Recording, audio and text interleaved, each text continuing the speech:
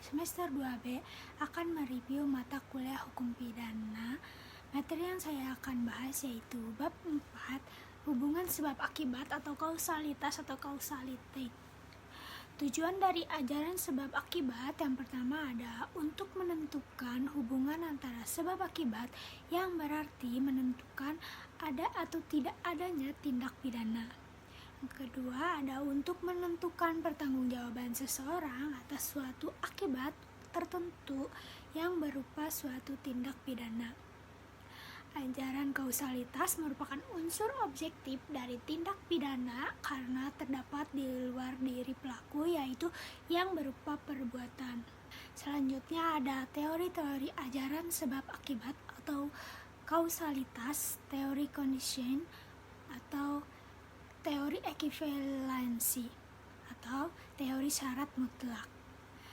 Berasal dari von Bury atau Jerman, tiap syarat adalah sebab dan semua syarat mempunyai nilai sama karena apabila satu syarat tidak ada maka akibatnya akan lain, baik syarat positif maupun syarat negatif, sama-sama sebagai penyebab timbulnya akibat, sehingga jika salah satu syarat tidak terpenuhi maka akibat konkretnya lain pula. Kebaikan teori ini adalah mudah diterapkan tetapi menimbulkan masalah karena terlalu luas lingkup berlakunya pertanggungjawaban pidana. Kesulitan teori ini adalah terlalu membentang ke belakang sehingga tanpa batas.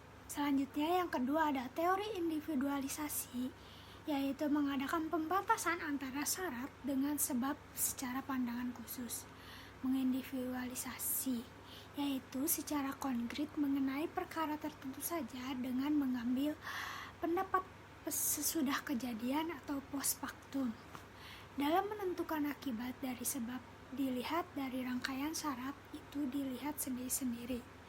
Tokoh atau penganut teori individualisasi yaitu ada Birkmayer, atau sebab adalah syarat yang paling kuat. Kesulitannya adalah menentukan faktor yang paling kuat itu apa ukurannya.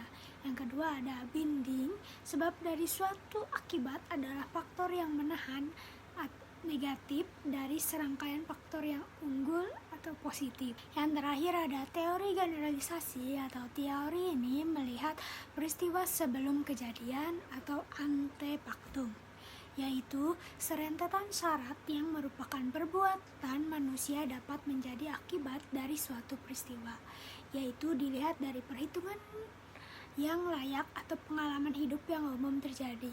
Menurut teori ini harus dicari sebab yang sama atau adekuat untuk dapat menimbulkan akibat tersebut. Oleh karena itu teori ini disebut teori adekuat. Ukuran dari teori ini adalah keadaan atau kebiasaan sehari-hari dari kejadian yang muncul.